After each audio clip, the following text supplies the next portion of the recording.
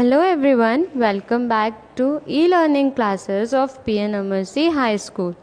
As you all know, we have completed first 3 chapters of environmental studies, and in our today's video we are going to start with new chapter, that is chapter number 4, and name of your chapter is breathing and exercise. So, I request all of you to open your textbooks and come on page number 27 so that we can start with the explanation. Unit 1, Family and Friends. Chapter 4, Breathing and Exercise. In this chapter, we are going to study that why we need to breathe, what is the process of breathing. We are going to understand the importance of exercise and so on. So, let's start with the explanation. Let's start with breathing. Why do we need to breathe? Breathing is the mechanism that helps our body absorb oxygen and remove harmful carbon dioxide from it. हम लोग breathe क्यों करते हैं? हम लोग सांस क्यों लेते हैं? हम सांस इसलिए लेते हैं ताकि हमारी बॉडी ऑक्सीजन इनहेल करे, मतलब ऑक्सीजन हम अंदर लेके जाते हैं और जो हार्मफुल कार्बन डाइऑक्साइड होता है उसको बाहर निकालते हैं. तो इससे क्या रहता है, हमारी बॉडी जो है वो अच्छे से फिट रहती है. Breathing involves 2 main processes, inhaling and exhaling.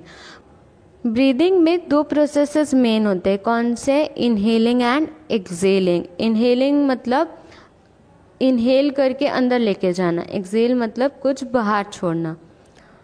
When we inhale, we breathe in air. It is called inhaled air. जब हम सांस लेते हैं, that is inhale करते हैं, तब हम क्या breathe करते हैं? air. और उसको हम क्या बोलते हैं? inhaled air.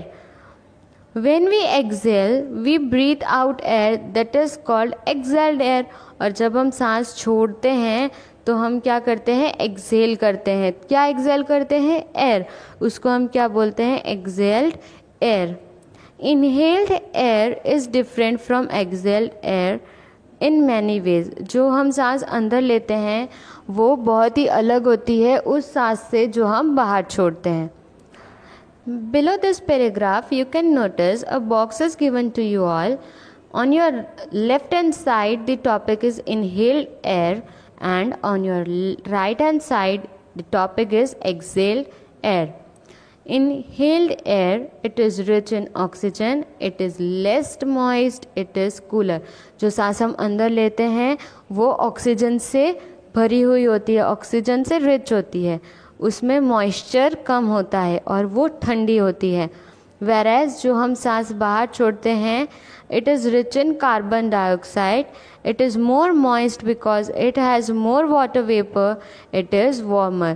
और जो सांस हम बाहर छोड़ते हैं वो कैसी होती है? वो पूरी कार्बन डाइऑक्साइड से भरी हुई होती है, उसमें मॉइस्चर भी ज़्यादा होता है, और मॉइस्चर ज़्यादा होने का रीज़न क्या है? Water vapour. और वो सांस जो हम बाहर छोड़ते हैं वो कैसी होती है? गर्म. तो ये डिफरेंस है इनहेल्ड एयर और एक्सहेल्ड एयर का. Breathing involves the following organs. Number 1, nose. The nose has 2 nostrils. When we breathe, air enters the nostrils. The hair inside the nostrils traps the dust and other particles, thus preventing them from entering the lungs. हमारे जो breathing organs होते हैं वो अलग अलग होते हैं. सबसे पहला है नोज़. हम नोज़ के थ्रू क्या करते हैं? इनहेल करते हैं, सांस अंदर लेते हैं. हमारे नोज़ में 2 नॉस्ट्रल्स होते हैं, जो 2 होल्स है उसको क्या बोलते हैं? नॉस्ट्रल्स. हम उसके थ्रू क्या करते हैं? हवा अंदर लेते हैं. और फिर हमारे नोस्ट्रल्स में जो हेयर्स होते हैं वो हवा जब हम अंदर लेते हैं उसमें जो डस्ट होते हैं वो वहीं पे हेयर्स पे स्टिक हो जाते हैं. वो क्यों ऐसा होते हैं? ताकि वो सारे डस्ट पार्टिकल्स हमारे लंग्स तक ना पहुँचे. Now turn your page and come on page number 28 so that we can continue with breathing involves the following organ. After nose, the second one is windpipe or trachea. These help carry air into the lungs through a pair of thin tubes called bronchi. ये wind pipe और trachea का क्या काम है, वो क्या करते हैं, जो एयर हम इनहेल करते हैं उसको लंग्स तक पहुंचाते हैं। और लंग्स तक किसके थ्रू पहुंचाते हैं, तो थिन ट्यूब्स होती है जिसको हम बोलते हैं ब्रोंची, उसके थ्रू वो एयर को लंग्स तक पहुंचाते हैं।